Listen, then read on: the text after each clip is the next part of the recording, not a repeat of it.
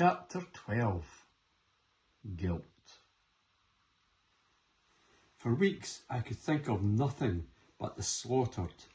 I saw their faces in my dreams and heard their cries in the day. Ananias, Jonathan, Joseph, so many others. These were the sons of my friends. They were the boys Yeshua had taken his first steps with, the babies I had held in my own arms when their mothers needed a moment. I felt like I too had been run through by a soldier's blade. Joseph tried to comfort me, but nothing he said helped. I felt so much guilt. Herod had wanted to slit the throat and remove the threat of young Yeshua, but in Yeshua's absence, Herod had simply wrought terror, blood and pain to other innocents.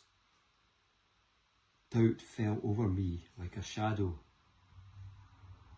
How could any of this be in God's plan? Months slipped by and I still felt the same way. I cannot say I wasn't fearful about the future.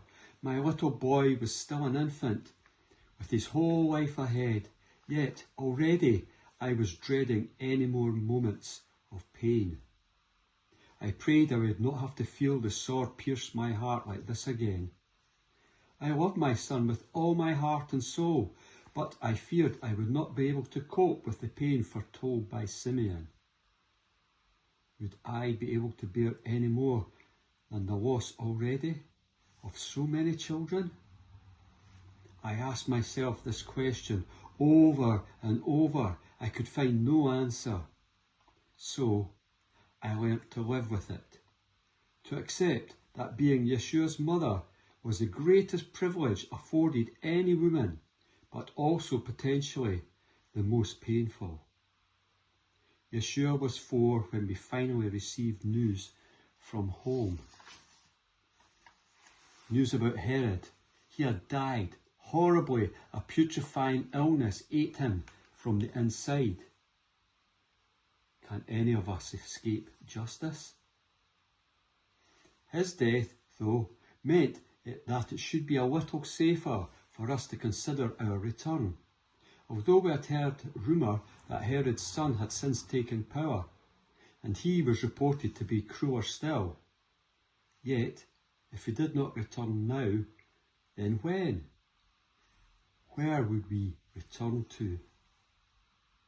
I don't care where we go, I said to Joseph when we discussed this late into the night, but I cannot return to Beit Lechem. There is too much heartache and too much risk. We must go somewhere else, somewhere safe, quiet. I paused. We could always return to Nazareth, I suggested tentatively. Joseph nodded reluctantly. He had always hoped for more. Nazareth was a poor place. It had agriculture and water, but the town was considered by many a backwater. Yet we could rebuild our lives there together. I simply wanted to be safe. It is a mother's instinct to protect her children and her family, and I would for as long as I was able. The future beyond that, for Yeshua especially, that I did not know. I knew we would be returning still to poverty, but it was the right time. I felt it. Joseph took a deep breath, then exhaled. We will go to Nazareth.